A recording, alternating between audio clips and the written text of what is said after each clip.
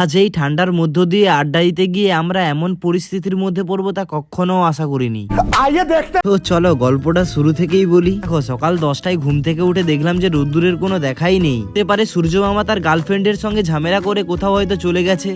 কিন্তু সূর্য মামা তোমার দেখা নেই বলে আমাদের যেভাবে ফাটছে সে শুধু আমরাই জানি। তোমাদের আর কি বলবো, সারা দিনটাই তো শুধু ঠান্ডা ঠান্ডা ওয়েদার, কিছু ভালোই লাগছে না। এক দুদিন পর আমাদের 2026 সাল চলে আসবে। আর সত্যি বলতে বছর চেঞ্জ হচ্ছে বলে এত লাফালাফি করার কোনো দরকারই নেই। শুধু তো বছরই চেঞ্জ হচ্ছে, না হলে পুরা কপাল তো একই থাকবে। যাই হোক, যখন আমরা সন্ধেবেলায় আড্ডা দিতে যাচ্ছিলাম তখন যে ঠান্ডাটা পড়েছিল, আড্ডা দিতে এরপর হাইটে হেঁটে যাবো।